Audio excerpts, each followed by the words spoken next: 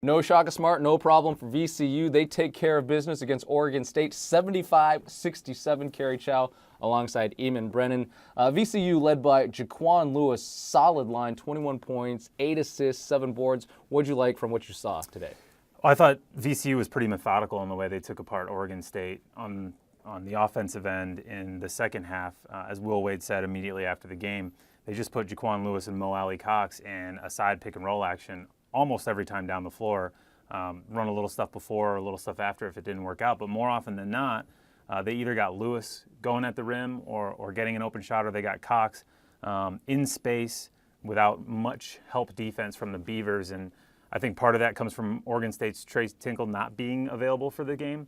A good, solid freshman interior defender, as well as a guy who can make plays on the offensive end.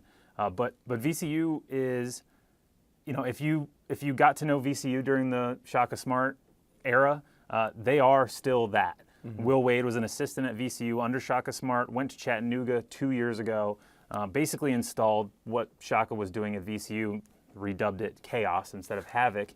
But then when this position opened up, came back and was ready to do what this group of players in this program have been doing for several years, and the results are paying off here in the tournament. And Chaos, Havoc, they just go to a thesaurus right there. Create more creative name. Thesaurus.com. I mean, it all works. Oregon State, they were led by Gary Payton II. He had 19 points, 6 rebounds, 4 assists, 4 steals. A pretty solid game. But is this really much of an upset when you look at number 10 versus number 7 Oregon State? No, it's not an upset. In fact, I think VCU was favored both in Vegas and I think the majority, I'm not sure if it was the majority, but a high number of people took VCU in our tournament challenge relative to the seed lines. And I think that was smart because Oregon State, not just because they won, I think it's smart before the game, because Oregon State had a nice season. They had a really good-looking RPI resume.